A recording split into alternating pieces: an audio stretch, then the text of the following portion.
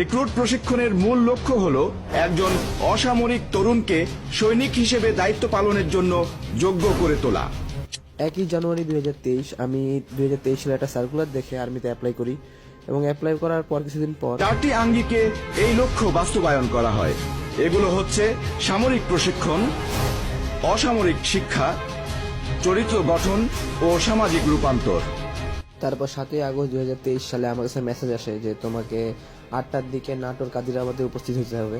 সকাল 8টার দিকে মাঠ হবে আর্মির, মানে ইবিআরসি সমাজের বিভিন্ন শ্রেণী ও স্তর হতে সেনাবাহিনীতে যোগদানে ইচ্ছুক একদল উদ্যমী তরুণকে সেনাবাহিনীর প্রচলিত প্রথা ও আচার আচরণে অভ্যস্ত করে গড়ে তুলতে প্রয়োজনীয় পদক্ষেপ নেয়। মাঠে সবকিছু হয়ে যাওয়ার পর অনেকদিন ওয়েটিং করতে হয়েছিল এবং করার পর আমাদেরকে অস্থায়ী একটা প্রত্যয়নপত্র দেওয়া হয়, যেটা অ্যাপয়েন্টমেন্ট লেটার এক কথায় অস্থায়ী। তারপরে আমাদেরকে প্রশিক্ষণের শুরু থেকেই প্রশিক্ষণার্থীদেরকে সৈনিক জীবনের দৈনন্দিন কার্যক্রম, একজন সৈনিকের জীবনযাপন পদ্ধতি, আচার আচরণ, বিধিমালা, পোশাক পরিচ্ছদ পরিধানের নিয়মাবলী, সামাজিকতা ইত্যাদি নানান অভ্যাস করানো হয়।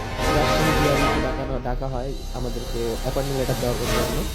পরে আমাদেরকে অ্যাপয়েন্টমেন্ট লেটার আবার দিয়ে দেয় এবং দেওয়ার পর আমাদের একটা বাড়ি ছাড়ার সময় চলে আসে।